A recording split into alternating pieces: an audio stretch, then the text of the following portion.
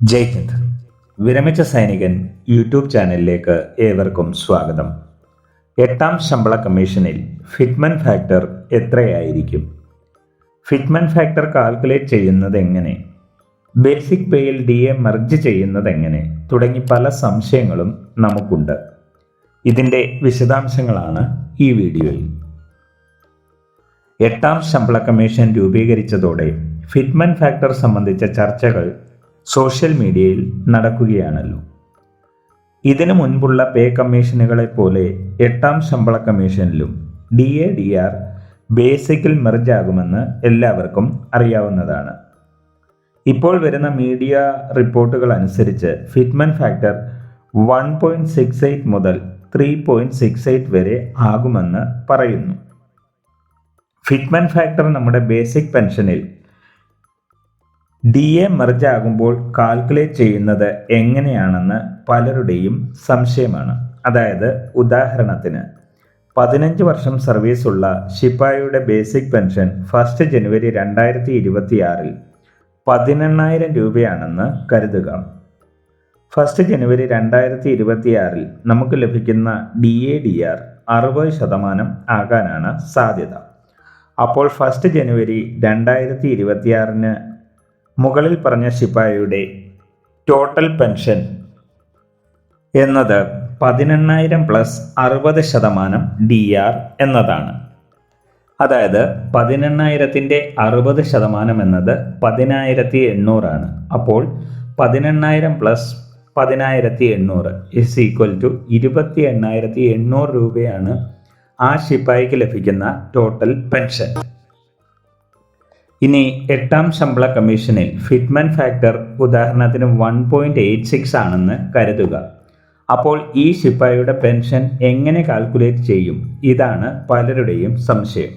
അതായത് basic pay 18,000, DA 10,800, total 28,800. DA ബേസിക്കിൽ merge ആകുമ്പോൾ ബേസിക് 28,800 ആകുമോ? അപ്പോൾ 28,800-ന്റെ കൂടെ ഫിറ്റ്മെന്റ് ഫാക്ടർ ആഡ് ചെയ്യുമോ? അതായത് 28,800 ഇൻറ്റു 1.86 ഈസ് ഈക്വൽ ടു 53,568. രണ്ടാമത്തെ കാൽക്കുലേഷൻ എന്നത് ഇപ്പോഴുള്ള ബേസിക്കായ 18,000 ഇൻറ്റു ഫിറ്റ്മെന്റ് ഫാക്ടറായ 1.86 ഈസ് ഈക്വൽ ടു 33,480. ഈ രണ്ട് കാൽക്കുലേഷനുകളിൽ ശരിയായത് ഏതാണ്? ഇത് മനസ്സിലാക്കാൻ നമ്മൾ ആദ്യം ഫിറ്റ്മെന്റ് ഫാക്ടർ എന്താണെന്ന് മനസ്സിലാക്കണം.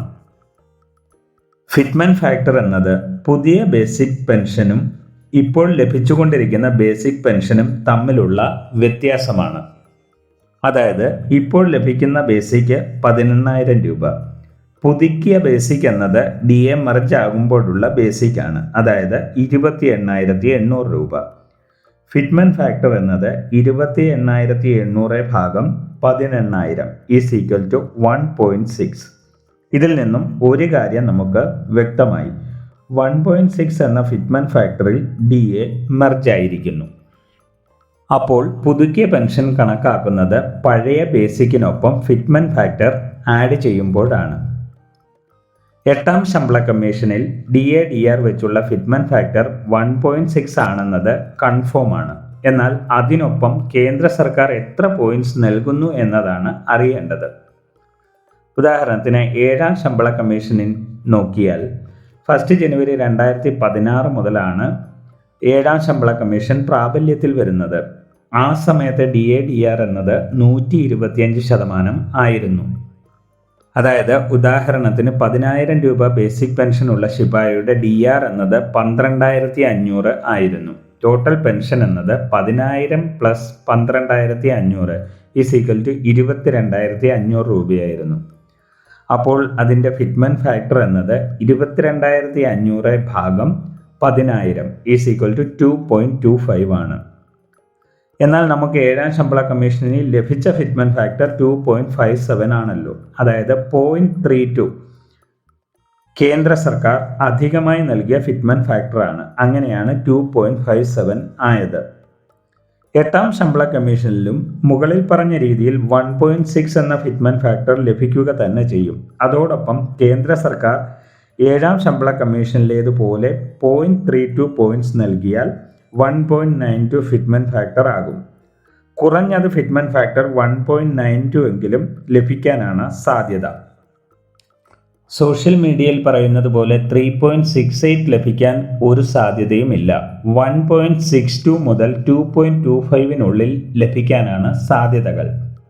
ഫിറ്റ്മെന്റ് ഫാക്ടർ എന്തെന്നും ബേസിക്കിൽ കാൽക്കുലേറ്റ് ചെയ്യുന്നത് എങ്ങനെയെന്നും എല്ലാവർക്കും മനസ്സിലായെന്ന് കരുതുന്നു.